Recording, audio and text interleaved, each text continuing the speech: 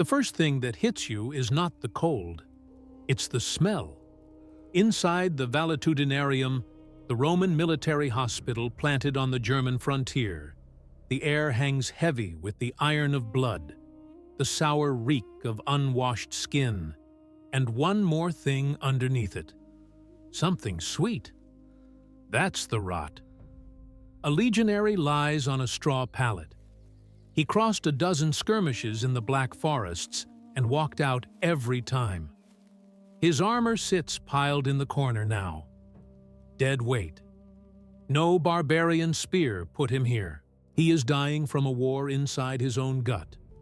The body that carried the weight of Rome is dissolving from within, betraying its owner 1 hour at a time. This is the Empire's buried secret. The war it could never win. Picture the legionary, and you picture a titan of iron. Perfect ranks. The eagle raised high, the shield catching light, the short blade that cut a path across the known world. You do not picture him folded over a trench, voiding blood into the dirt. You do not picture him shaking as a fever cooks his skull from the inside. The books hand you Caesar and Trajan. Battles won, cities burned. They stay silent on the one truth that mattered. Rome's deadliest enemy was never the Goth, never the Parthian. It was invisible. It bred in Rome's own water, thrived in Rome's own filth, and fed on the bowels of Rome's own soldiers. The aqueduct, the bathhouse, the stone latrine. You were taught these were trophies of a higher civilization. That's the lie. They were not luxuries. They were weapons. Defenses thrown up against an enemy that never signed a treaty and never stopped attacking. This war wasn't fought for a province or a frontier. It was fought for the survival of Rome itself. And it played out every single day. In every latrine. In every cup of water. Tell us which city and which country you're watching from in the comments below. If you believe these are the stories that deserve to be told, take a second to subscribe and support this project. You're watching Ancestral, the best dark history channel in the world. Long before the sun cracks the tree line over Germania, a man in a gray cloak is already moving through the fort. His name is Aulus. He is the medicus.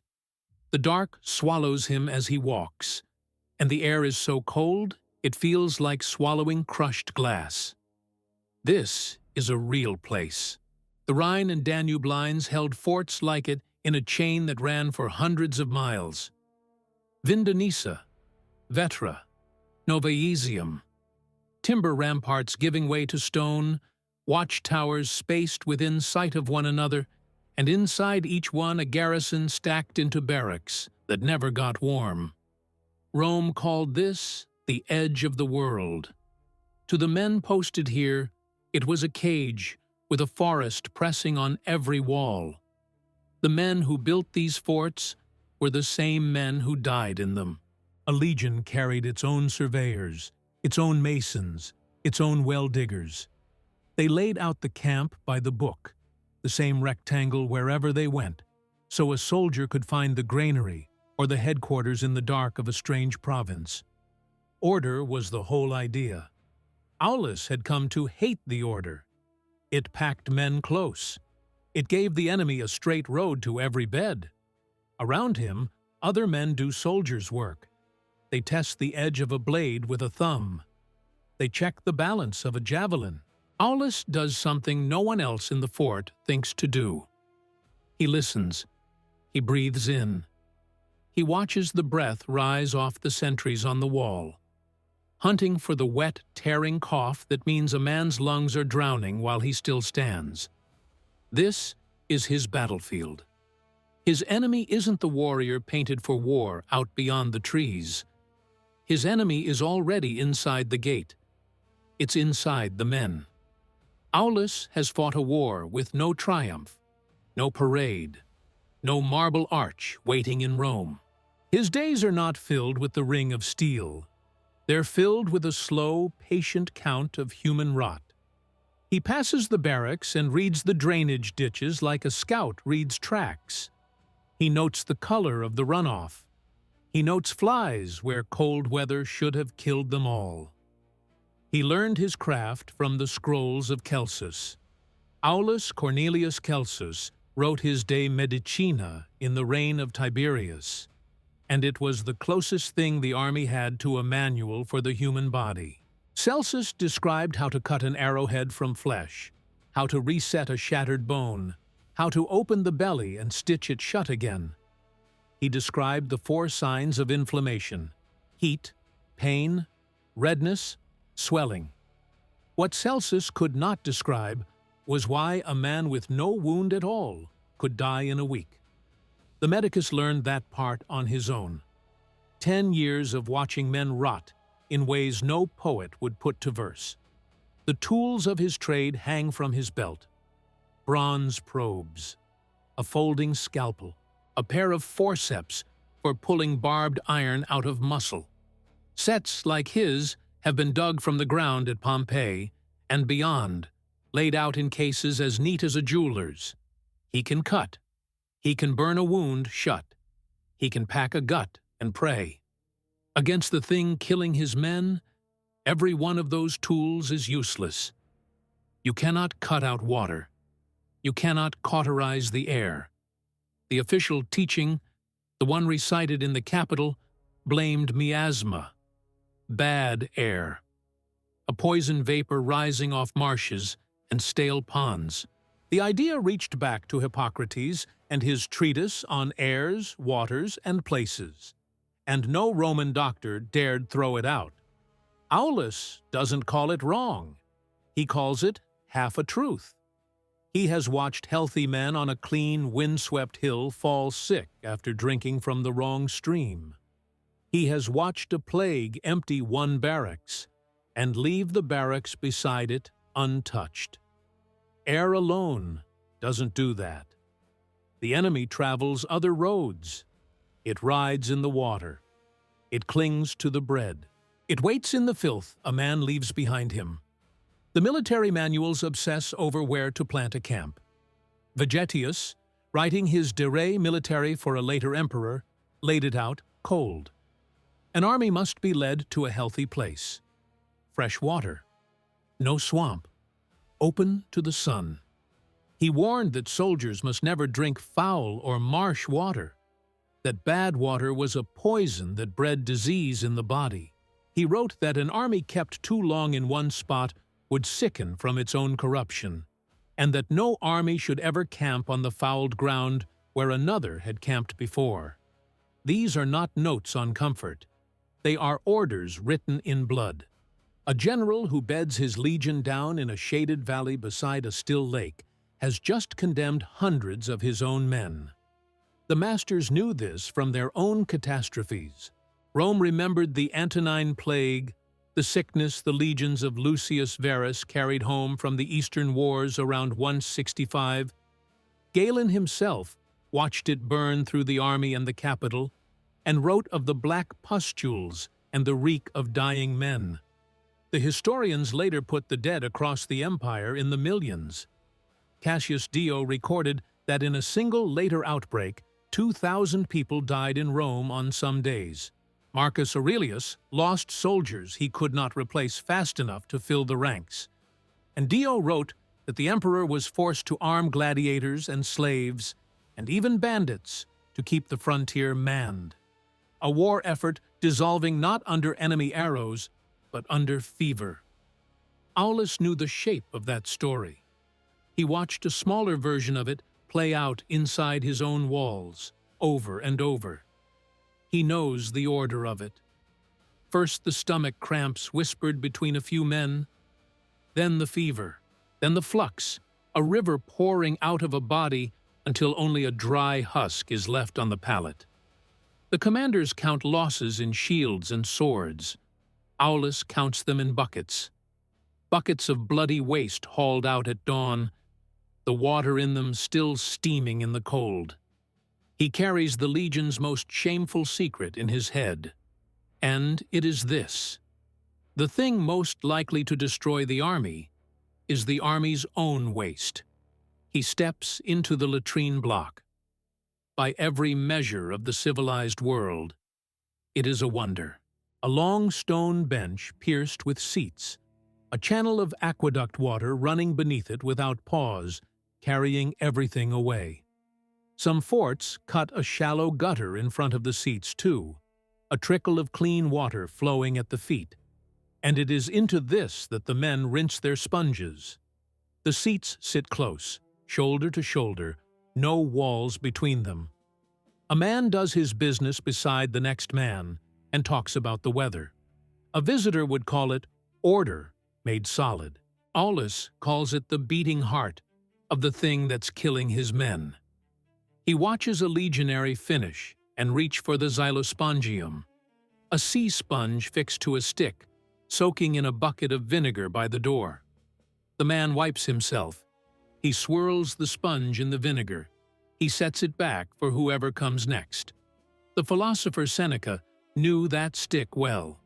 He wrote of a German gladiator who chose to die rather than fight, and how the man did it. He went off alone to the latrine, took up the wooden shaft with the sponge, and rammed it down his own throat until he choked. Seneca told the story to praise the man's nerve, calling it the only clean act in an unclean trade. He never thought to ask why a tool of washing was foul enough to kill. Aulus knew.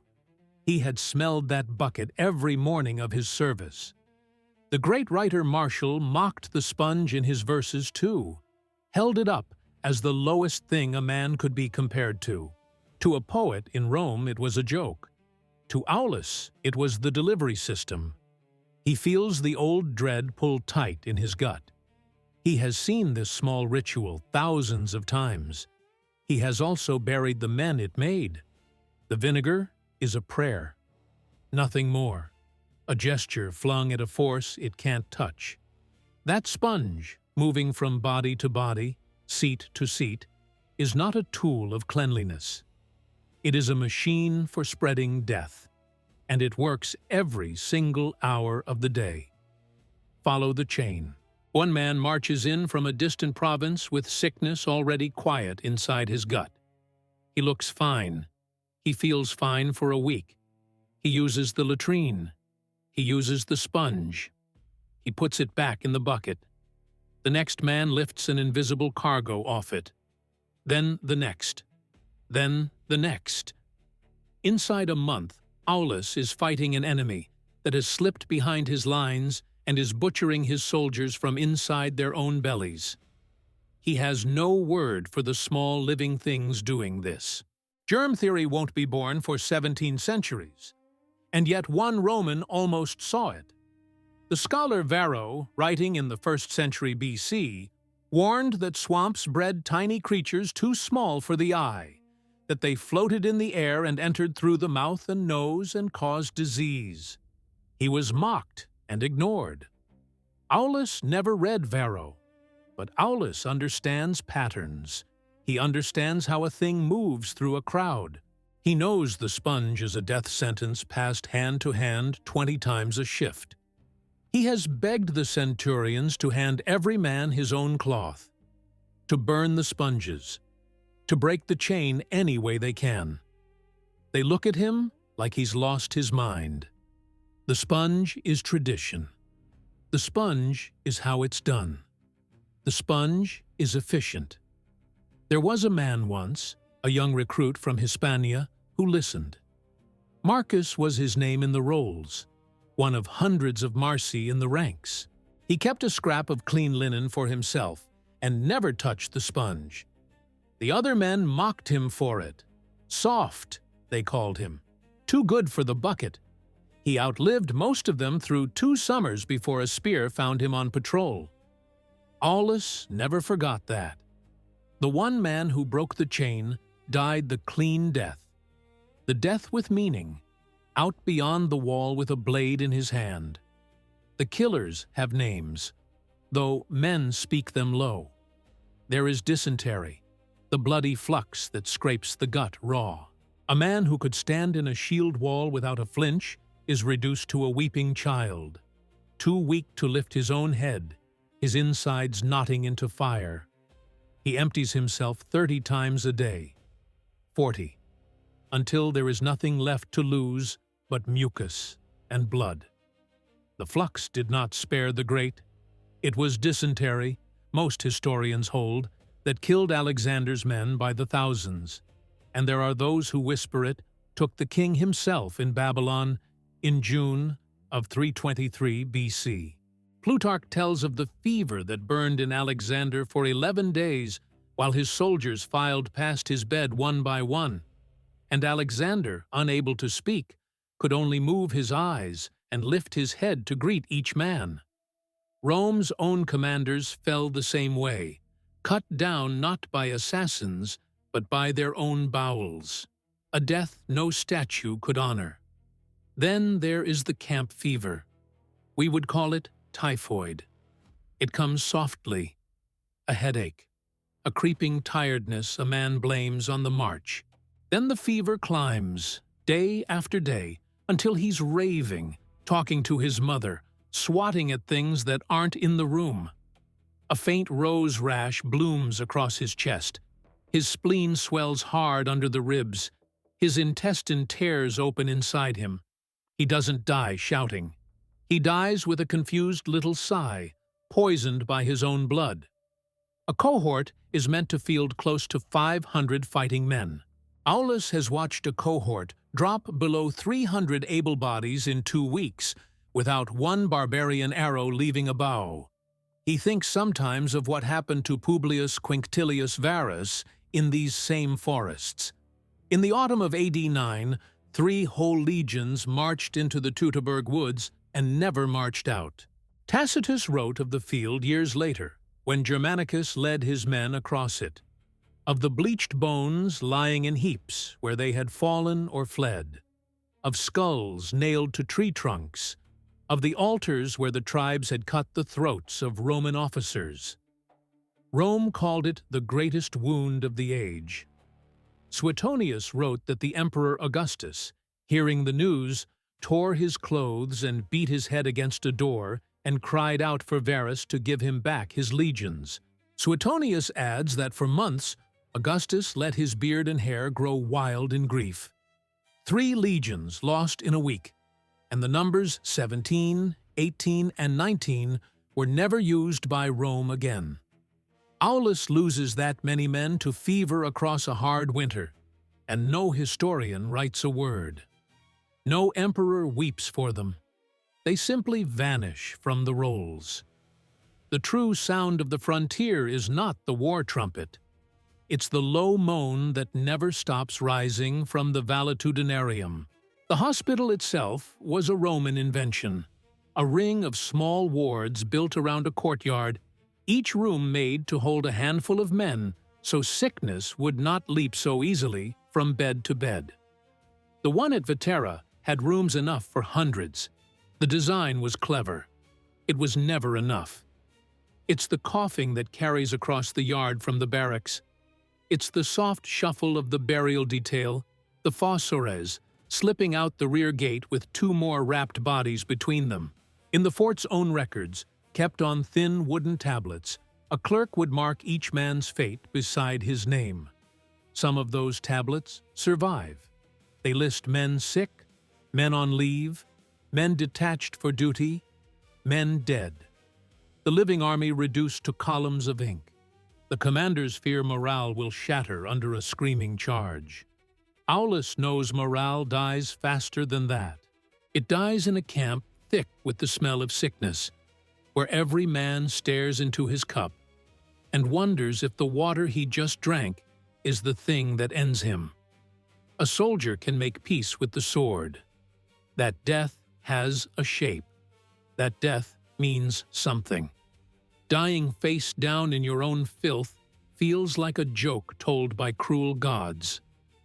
Then winter comes.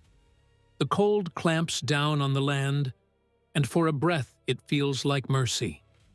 The ground freezes hard and locks the filth away. The flies die. The waste in the pits beyond the wall stops rotting so fast. Aulus feels the pressure in his chest ease, just a little. The waterborne killers pull back for a season. It's a trap. The cold doesn't end the war. It only trades one enemy for another, and the new one kills just as well. The men are driven inside. The leather flaps over the barrack doors are lashed down tight. The hearth fires burn day and night, and the smoke has nowhere to climb.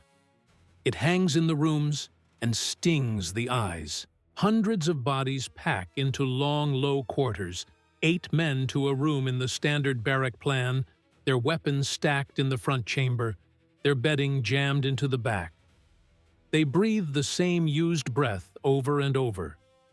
For a new set of assassins, it is a paradise. The coughing starts. Dry at first, then deeper, wetter. A rattle down in the chest. Pneumonia moves through the room like water finding cracks. Men who were fit a week ago sit slumped against the wall, hauling on every breath while their lungs fill. And with the crowding come the lice. They live in the seams of the wool tunics, in the straw of the beds. Every soldier accepts them the way he accepts mud and bad rations. Aulus knows they are more than an itch. They are couriers. They carry typhus. He knows the signs by heart. The sudden high fever. The head splitting apart. The stupor that folds a man in on himself. Then the dark blotches spreading across the skin. The spots that gave the fever its name. The men who catch it die in torment. Their nerves burning out from the inside. Winter, for Aulus, is not rest. It's a change of front. The enemy that lived in the latrine now nests in the very clothes on his soldiers' backs. History is a story the powerful tell about themselves. It's written by the survivors, by the men who lead legions and carve out empires.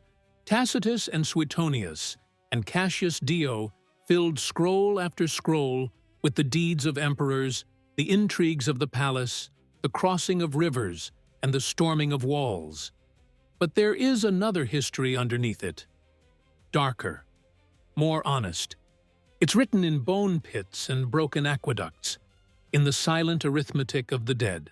Archaeologists digging the latrines and drains of these forts still find the eggs of parasites in the ancient soil.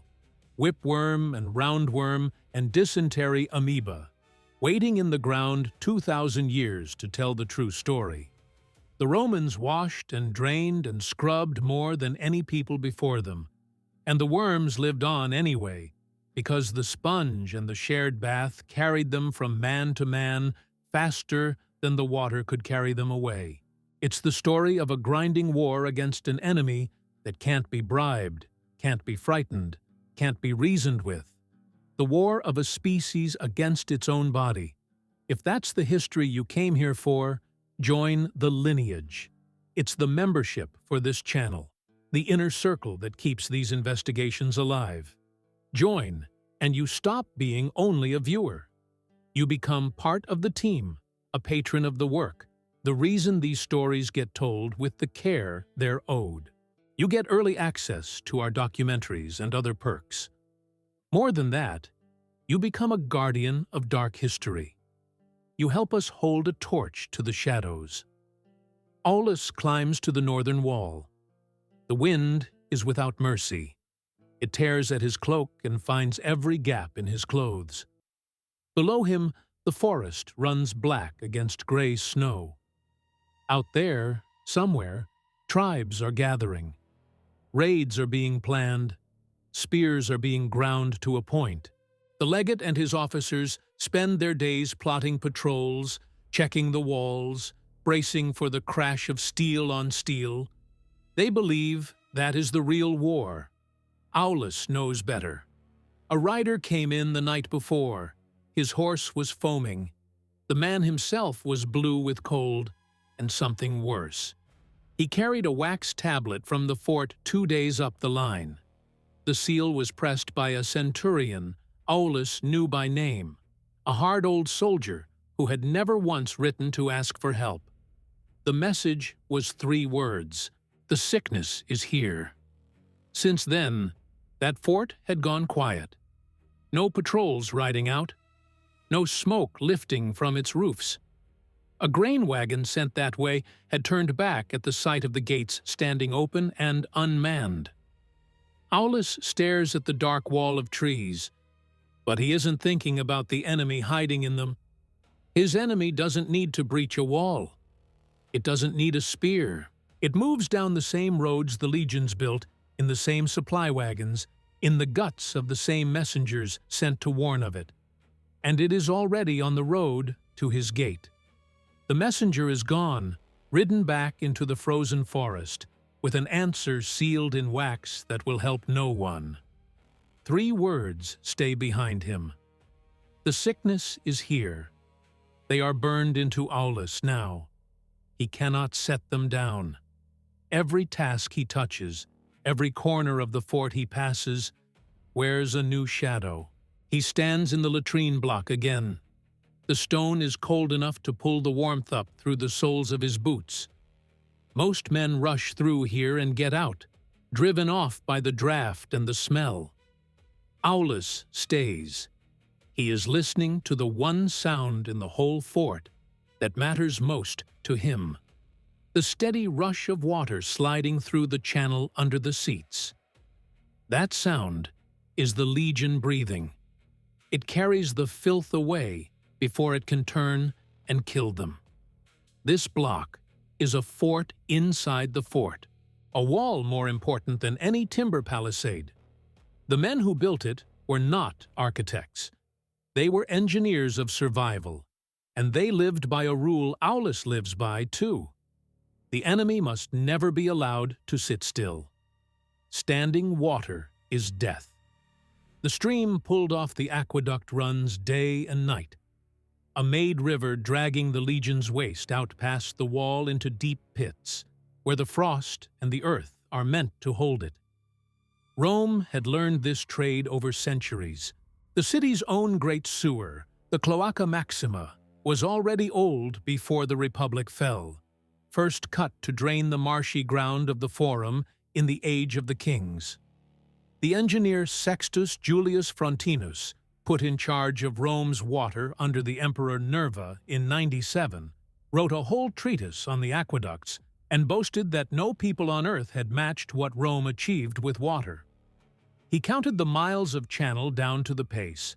He hunted the men who tapped the pipes in secret to feed their gardens and fountains, and he named the crime for what it was: a theft from the public body.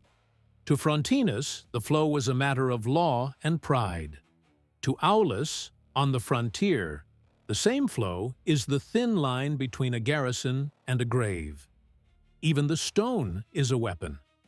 Wood drinks urine and never gives it back, turning into a permanent nest of rot. Granite takes nothing in. It can be scrubbed, and it is. Each morning a detail of auxiliaries works down the benches with stiff brushes and buckets of lye, scouring the seats until their hands crack open in the cold. Aulus watches their faces, grim, wordless. They think they are cleaning a toilet. They are winding back the clock on a plague. All of it depends on the water, and the water depends on the aqueduct, and the aqueduct is dying. In summer it stands as a monument to Rome, a spine of stone and mortar, carrying a cold, clear stream across miles of country. In winter, it becomes the weak point in the whole defense. Aulus walks the raised channel just inside the wall, where the main line runs before it splits toward the baths, the kitchens, the latrines. The water crawls. A skin of ice grips the edges of the concrete and thickens by the hour. This is a siege turned inside out. No army pressing on the gate. The cold itself is the attacker, and it is trying to strangle the supply line from without. Down the line he hears it. A dull thump, thump, thump of mallets biting into ice. A crew 100 paces off is trying to break a dam before it seizes solid. Around the clock, in shifts, men are pulled off other duty and sent to the aqueduct. It is miserable work. They pace its length and shatter the surface ice with long poles. Where the channel runs most exposed, they lay small fires along the stone and pray the heat holds the freeze back. It rarely does. More often, a whole stretch locks up. The ice swells. The mortar splits. The water stops. Aulus has lived through it twice. The first sign is silence. The gurgle under the seats cuts out. The courtyard fountains go dry. A wrong kind of quiet settles over the fort. Within hours, the latrine channels back up. The smell turns thick. The auxiliaries stand with their brushes and no water to use them. Men start pissing against the barrack walls. They scratch out shallow pits that fill and spill by nightfall. By the second day, the cooks are drawing from the fire cisterns, tanks meant to fight flames, not to keep thousands of men alive. That water no longer comes fresh off the hills. It has stood in the dark, and Aulus knows what starts to grow in standing water.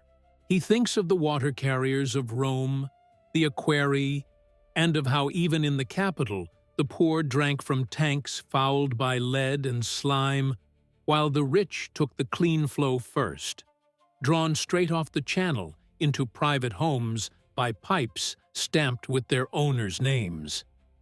By the third day, the fort is a cesspit. The discipline that binds the legion begins to come apart at the seams. The invisible thing the whole system was built to hold off is now inside, breeding in the muck, sharpening itself for the harvest. A frozen aqueduct is a death sentence. The only question is how long the executioner takes to walk in. Aulus crosses to the Thermae, the bathhouse that sits at the heart of the fort. In Rome, the baths are for leisure, gossip, and deals struck between men of business. Seneca once rented rooms above a bathhouse and complained in a letter that he could not think for the din, the grunting of men lifting weights, the slap of the masseur's hand, the shriek of the man having his armpit hair plucked out. The Emperor Caracalla would one day raise baths in the capital vast enough to hold 1,600 bathers at once, floored in marble, hung with statues hauled from Greece. Even the entry cost almost nothing. A coin so small a beggar could afford to bathe beside a senator. The frontier bath is a cruder thing, brick and timber, and a furnace stoked with green wood. Out here, it is a decontamination line, and it is the strongest instrument in Aulus's hands. He steps inside, and the air hits him wet and hot, heavy with steam, and wood smoke rising off the hypocaust burning under the floor. The tiles beneath him are warm through his boots, held up on stacks of small brick pillars while the fire's heat crawls through the gaps. The noise crowds in with the heat, shouts and splashing and the constant scrape of iron strigils dragging oil off skin. A cohort is running through its weekly bath. To the men, it is warmth stolen back from the cold.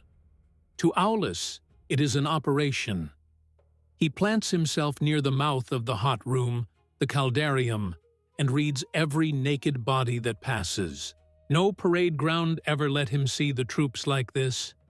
He hunts for the small warnings that come before disaster.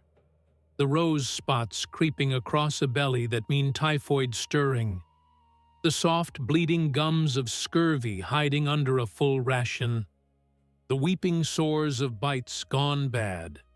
The thin red line climbing a leg from a scratch nobody thought twice about. Above all, he hunts for lice. He watches the men scrape themselves down. Roman bathing used no soap. A man rubbed oil into his skin, let the steam open him up, then dragged the curved strigil across himself to pull oil, sweat, and grime away in a single gray ribbon flicked onto the floor. The slaves who attended the baths scraped the sweat and oil from famous gladiators and sold the paste as a cure for aches, and men paid well for it. The ritual is more than washing. It is delousing. The heat, the steam, the hard drag of the strigil. Together they shake the parasites and their eggs loose from skin and cloth. It is a battle without an end, fought naked in a fog of steam to keep the couriers of fever off his men. And yet the same warm, shared pools, never drained between users, carried their own dangers. A Roman doctor knew the sick, and the whole bathed in the same water, and that a man could leave the bath carrying more than he brought in. The physician Celsus warned that a wound taken into the bath could rot faster for it. A cry cuts through the noise. Aulus turns. A centurion, a scarred veteran named Cassian, has a legionary gripped by the arm and is pointing at the man's leg. Aulus shoves through the crowd. He sees it at once. A long scratch down the calf, from a loose nail in the bunks, most likely. The skin around it has swollen tight and angry, and from the wound, a thin red thread climbs toward the groin. Blood poisoning. Aulus meets Cassian's eye. Neither man needs to speak. Cassian pushes the legionary at him. "Take him! Now!" The man goes to the hospital. The wound will be laid open, washed with wine and vinegar, packed with honey and herbs. Aulus knows the honey works and cannot say why. Celsus wrote of it. Dioscorides, the army surgeon who served under Nero and gathered his knowledge of plants while marching with the legions, filled his great herbal with such remedies, and that book would guide physicians for 15 centuries after his death. The man may live, he may not, but he has been found. He has been pulled from the herd. For tonight, the machine held. The bathhouse did its work and gave up the enemy hiding on one man's body before it could turn into a fever that spread through the barracks. Not every threat can be handled with a knife. Later that day, Aulus is crossing the main yard when he hears the wet slap of the vites, the vine staff a centurion carries, striking flesh. Cassian again, his face gone cold and still. In front of him, a young recruit stands stripped to the waist, back already crossed with bleeding welts, held against a post by 2 other men. His crime. He was seen pissing against the wall of the granary. To an outsider, a full flogging for that would look like madness.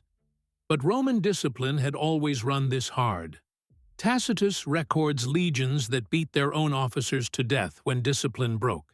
A general could order every 10th man of a failed unit clubbed down by the comrades who stood beside him. The punishment they called decimation.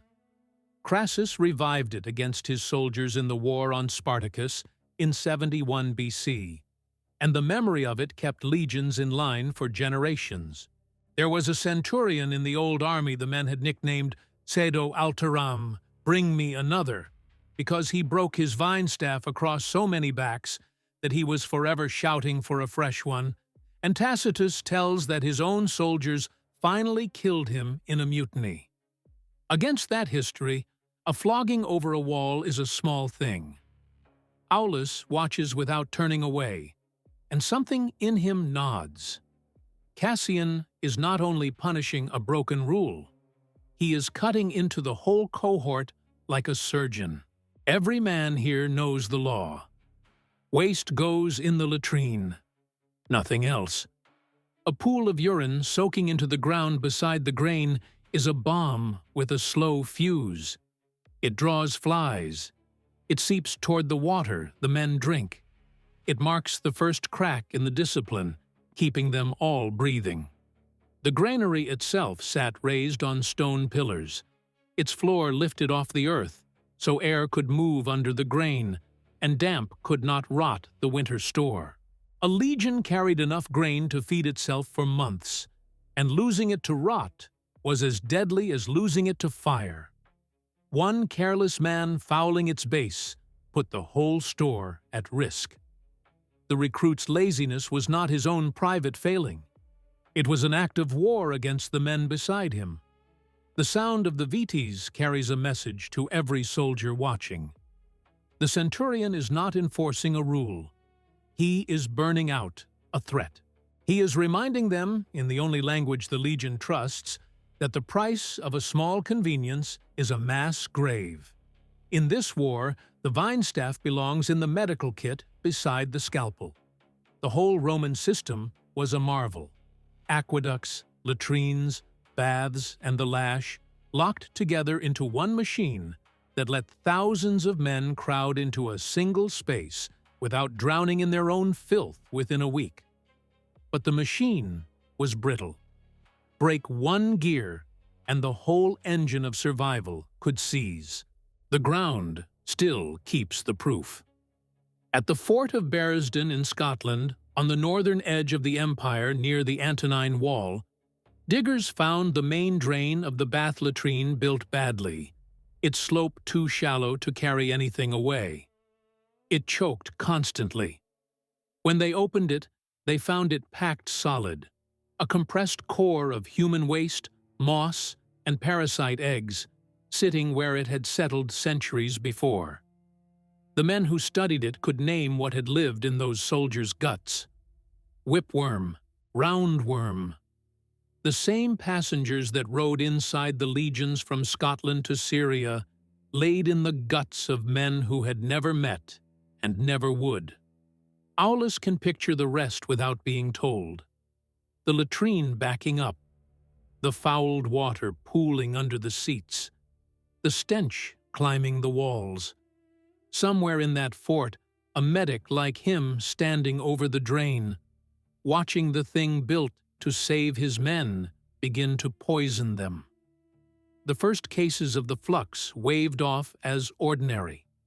Then the count doubling again, the hospital spilling over, the healthy set to nurse the sick and carrying it back out with them, the chain of command rotting from the inside as centurions dropped, then the prefect himself. Inside a month, the fort would stop being a garrison. It would be a plague pit.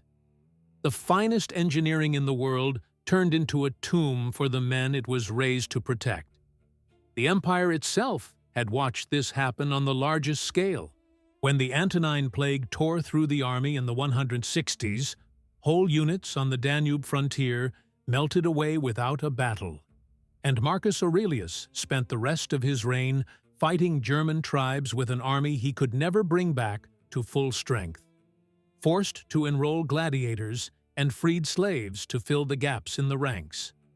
Cassius Dio, writing of a later outbreak under Commodus, put the dead in Rome at 2,000 on the worst days, and said this was the greatest pestilence he had known.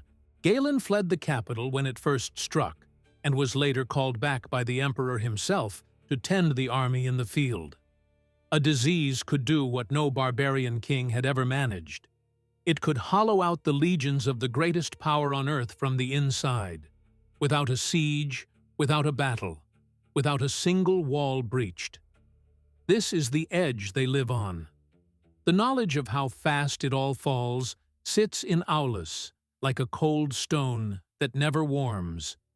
The story of Rome is not only conquest, it is a war against infection that never once let up.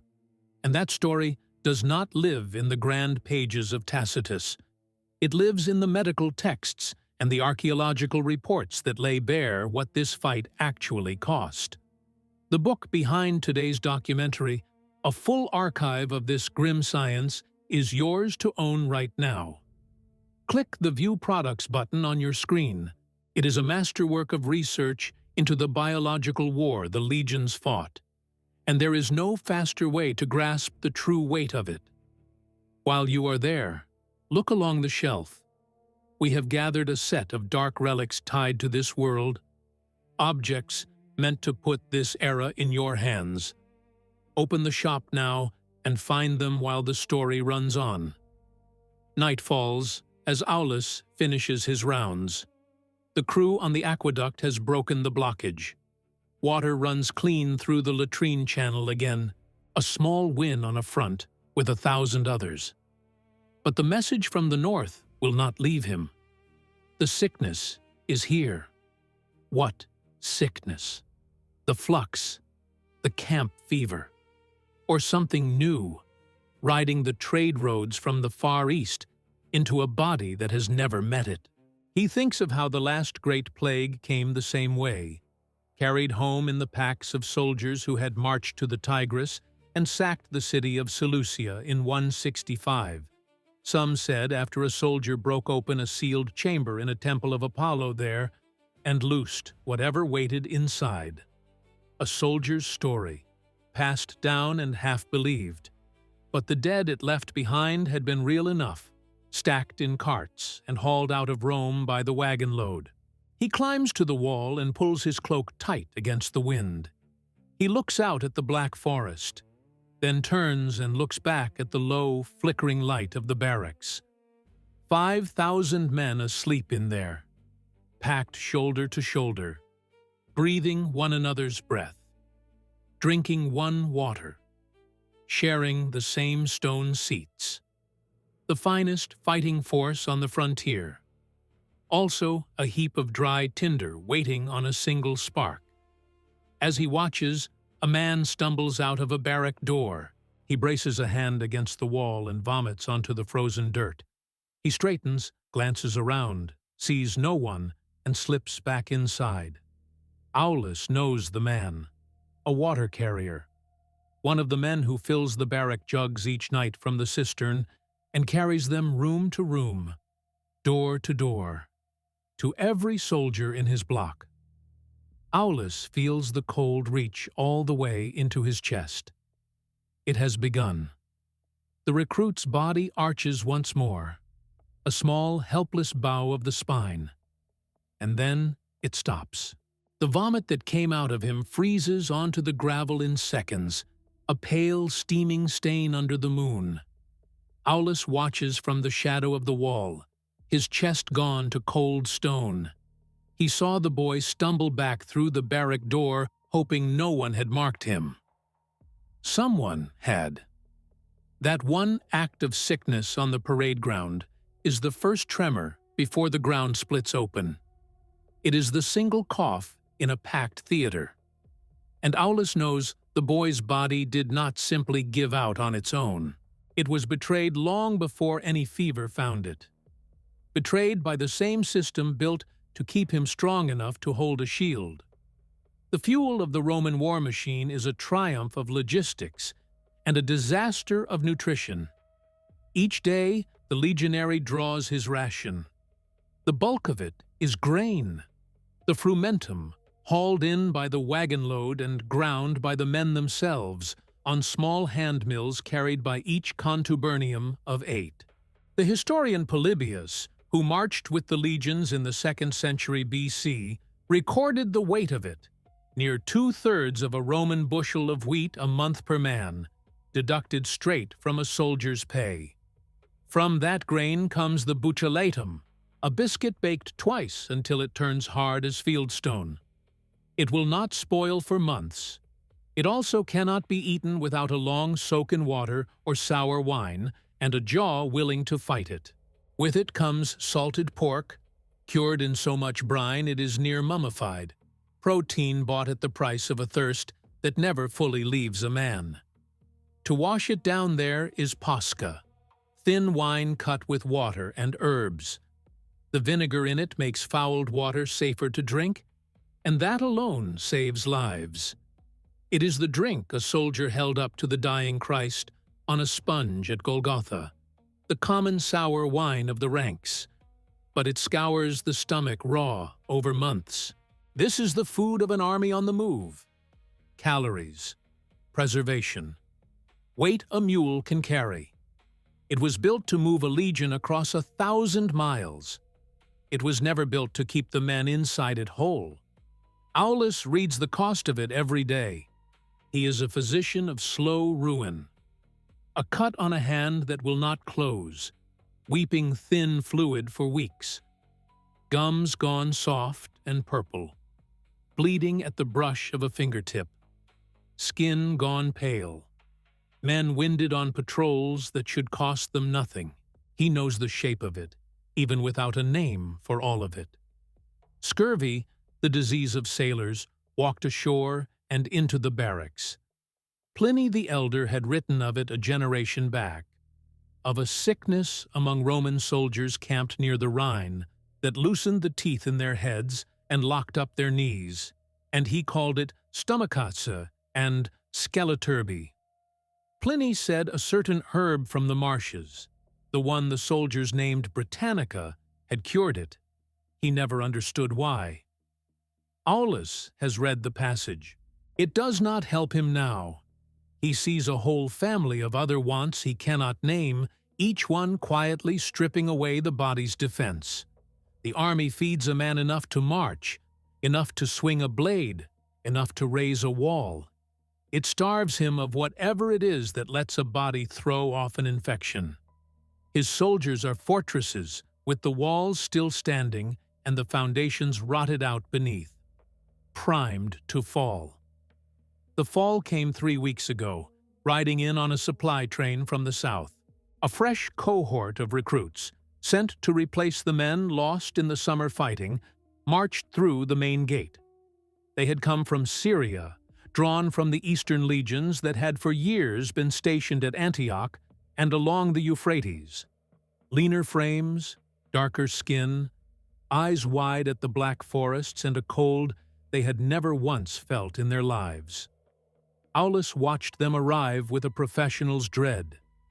New men from a far province are always a gamble. They carry the ghosts of their homeland's diseases, sickness they have carried since childhood and long since made peace with, sickness that can gut a garrison that has never met it.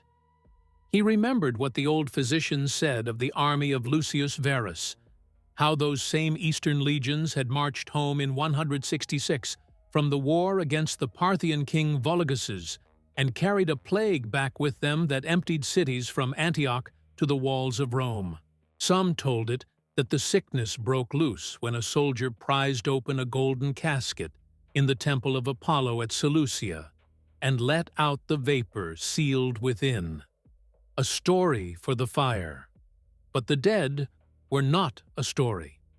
The east was where the sickness came from, and now the east had marched in through his gate. These men also do not yet live by the hard sanitation law of a northern fort. In the dry heat of Syria, a careless moment might cost nothing. Here, in the wet, crowded cold, it is a death sentence written for hundreds. It started with one man, a young auxiliary out of Damascus, a recruit whose name went into the rolls as Zabdas, a boy of maybe 18 who had never seen snow before the march north. A faint churning in the gut, nothing that would keep him off duty. He went to the latrine. He used the shared sponge.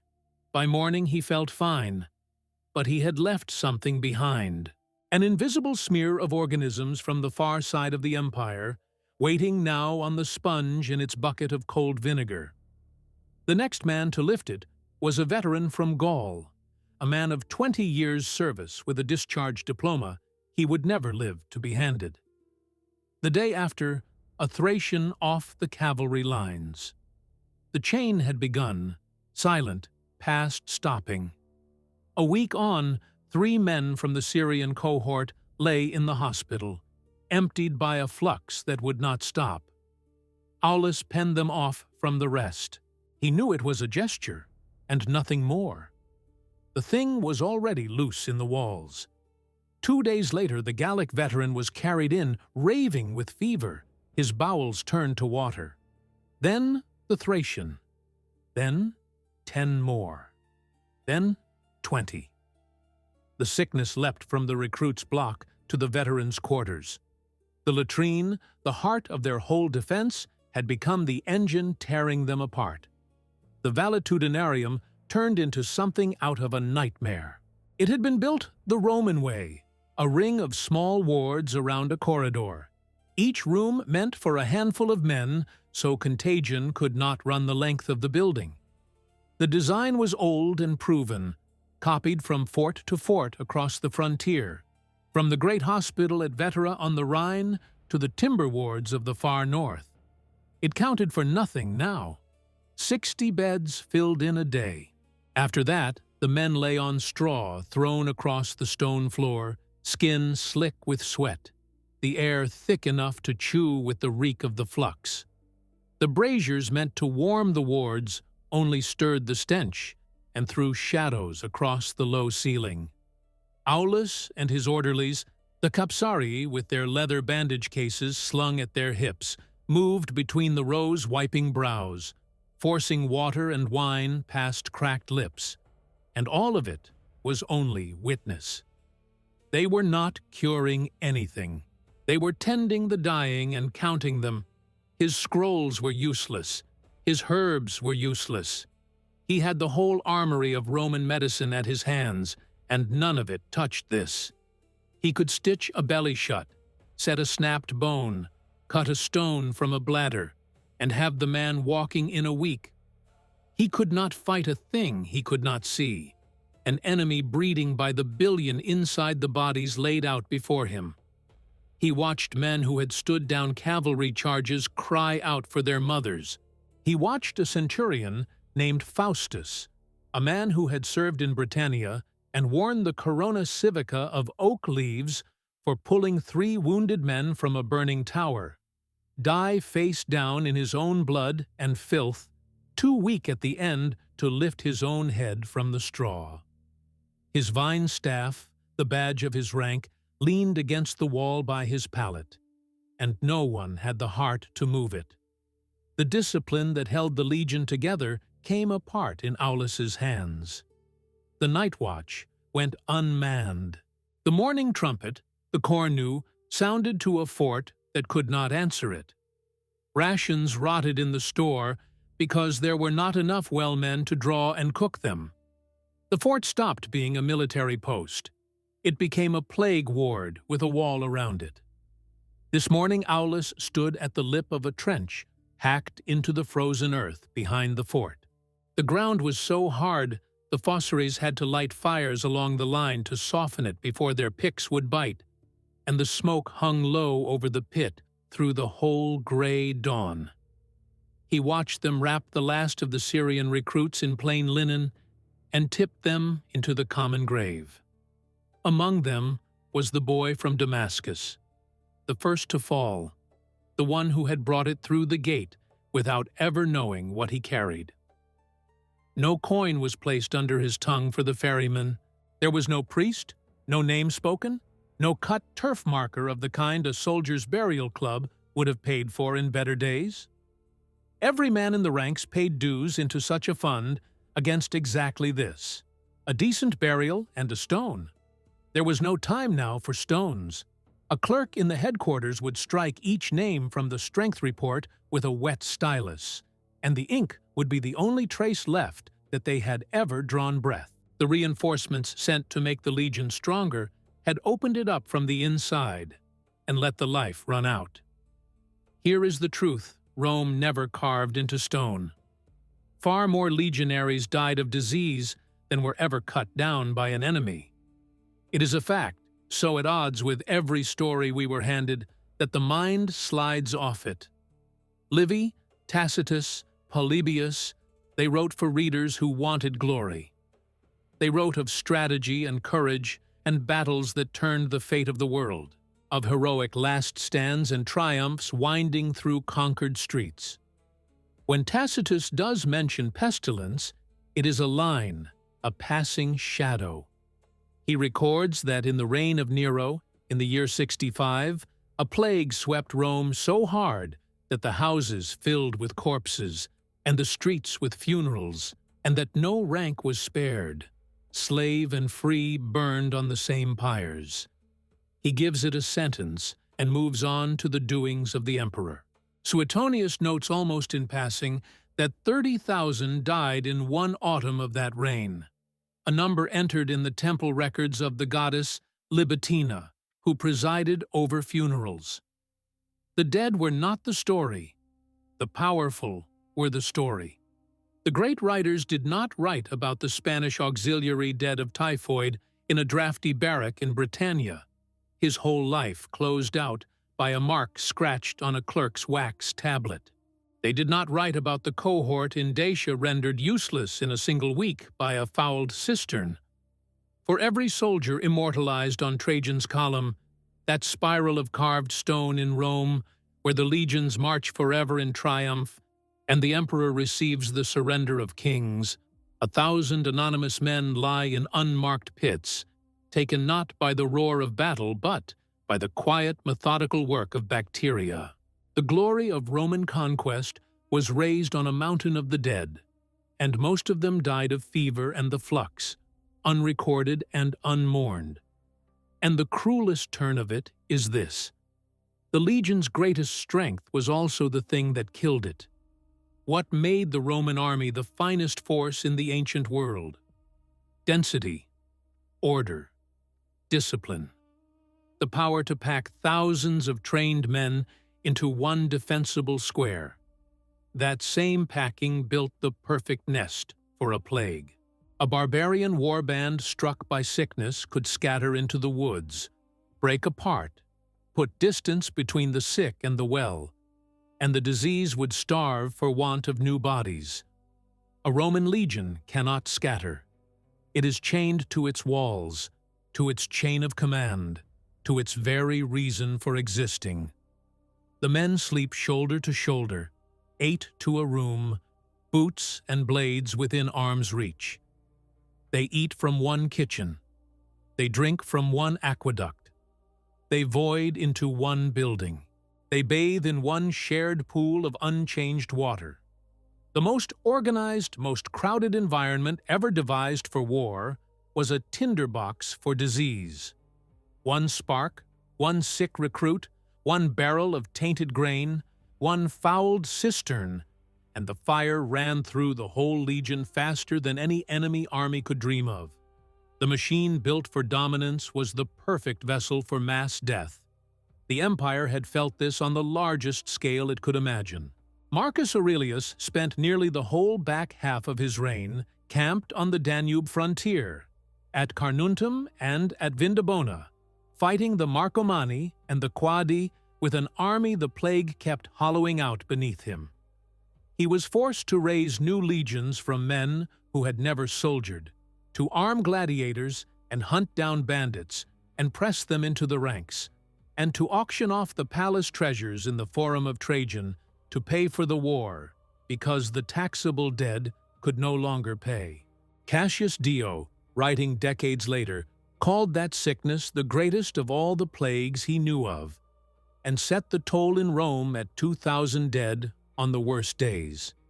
The old physician Galen, who had watched the sickness up close and written of the black pustules and the foul breath and the reek of it, fled the capital when it first struck, and was called back by the emperor himself to serve the army. Some say Marcus Aurelius died of that same plague at Vindobona in the spring of 180, and that near the end he waved his weeping friends away from his bed and told them to grieve not for him, but for the many the sickness had already carried off. When the sentry asked him for the night's watchword, the dying emperor is said to have answered, "Go to the rising sun, for I am already setting." A disease had done what no Parthian king and no German chief ever managed. It had bled the empire white from the inside without breaching a single wall. The worst is over now. The outbreak burned itself out, but only after it had eaten close to a fifth of the garrison. The dead are in the ground. The living are thin, hollow copies of the men they were a month ago, and there are not enough of them left to walk the full circuit of the wall at night. The watchfires along the rampart burn at half their number. A raid now, even a small one, might take the fort that no massed army could take by storm. Aulus stands again at the northern wall where this all began. The wind is the same wind. The dark line of the forest has not moved. He is not the same man. He understands something now, a thing so large and so bleak It settles into his bones with the winter cold. Below him, the fosseres pat down the last layer of frozen earth over the pit, and their fires burn low along its edge, hissing where the melt runs back into them.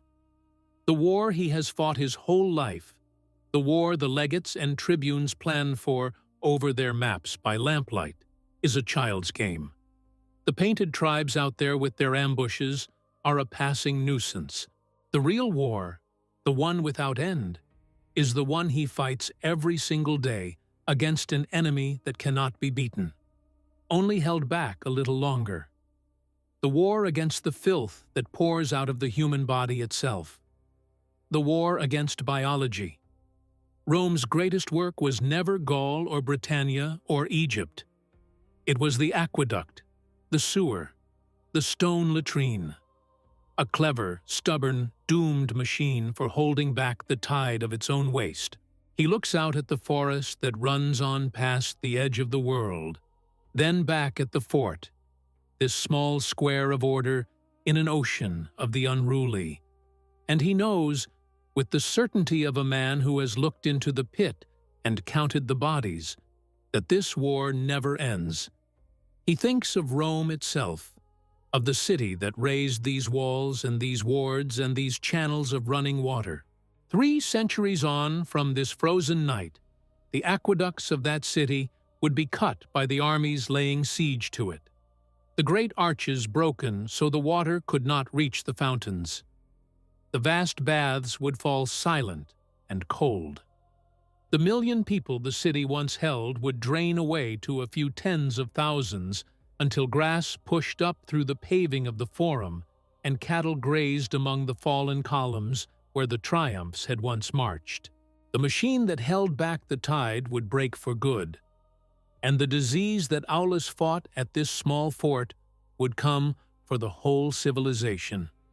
He cannot see that far ahead, but he has read enough of the pattern in the bodies at his feet to know how the story ends. And it is a war you lose in the end, every time.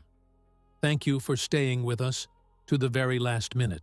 If you believe these are the stories that have to be told, subscribe to the channel, leave a like on this video, and send it to someone who deserves the real history, stripped of the gold leaf. Tell us in the comments which forgotten dead you want us to dig up next. You've just watched another premium documentary by Ancestral, your ultimate history hub on YouTube. Now look at the screen. Another investigation is already waiting for you there. Click it. Walk deeper into the darkness of the past with us. Do it now.